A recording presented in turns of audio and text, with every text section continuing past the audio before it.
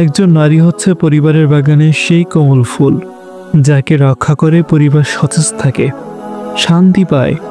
ফুল যেমন গন্ধ ছড়িয়ে চারপাশকে সুরভিত করে, তেমনি একজন ধার্মিক নারী তার কাজের মাধ্যমে পরিবার, সমাজ ও পরকালকে আলোয় ভরিয়ে দিতে পারে।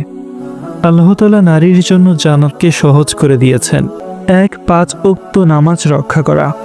ভাবুন, নামাজ হচ্ছে আকাশের দরজা খোলার চাবি। যেমন তালা ছাড়া ঘরকে সুরক্ষিত রাখা যায় না, তেমনি নামাজ ছাড়া হৃদয়ের দরজাও সুরক্ষিত থাকে না।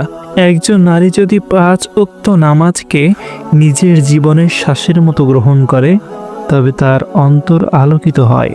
নামাজ তাকে যেমন কষ্টের দিনে ধৈর্য শেখায়, তেমনি সুখের দিনে কৃতজ্ঞতা প্রকাশ করতে শেখায়। 2. রমজানে রোজা রাখা।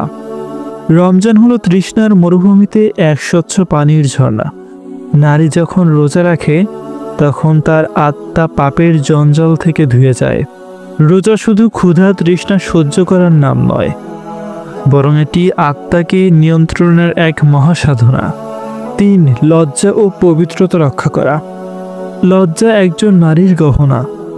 যেমন মুক্তা ঝিনুকের ভিতরে লুকিয়ে থাকে, তেমনি নারীর সৌন্দর্য লুকিয়ে থাকে তার লজ্জাশীলতায়।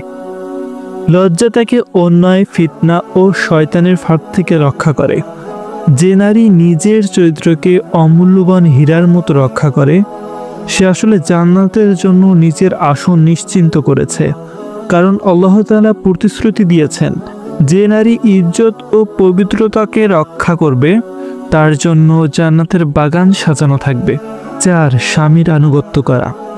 পরিবার হলো এক নৌকার মতো, আর নারী হলো সেই নৌকার কান্ডারি, অর্থাৎ মাঝি।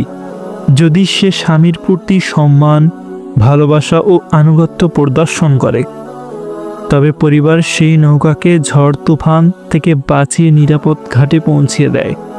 যে নারী স্বামীর সঙ্গে ভালো ব্যবহার রাখে, তার কথা শোনে এবং তাকে সৎ কাজে সহযোগিতা করে, সে আসলে নিজের জন্য জান্নাতের রাস্তা প্রশস্ত করেছে।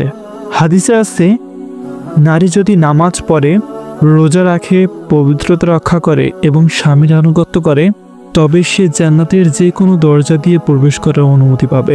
একজন নারী তার জীবনের প্রতিটি দিনে নানা দায়িত্ব পালন করে, মা, কন্যা, স্ত্রী কিংবা বোন হিসেবে। কিন্তু আল্লাহ তাআলা তার জান্নাত অর্জনের পথকে জটিল করেননি। তিনি শুধু বলেছেন, আমার বান্দা, তুমি যদি 4টি কাজ আঁকড়ে ধরো, নামাজ, রোজা, পবিত্রতা আর স্বামীর আনুগত্য, তবে আমি তোমার জন্য জান্নাতকে সহজ করে দেব।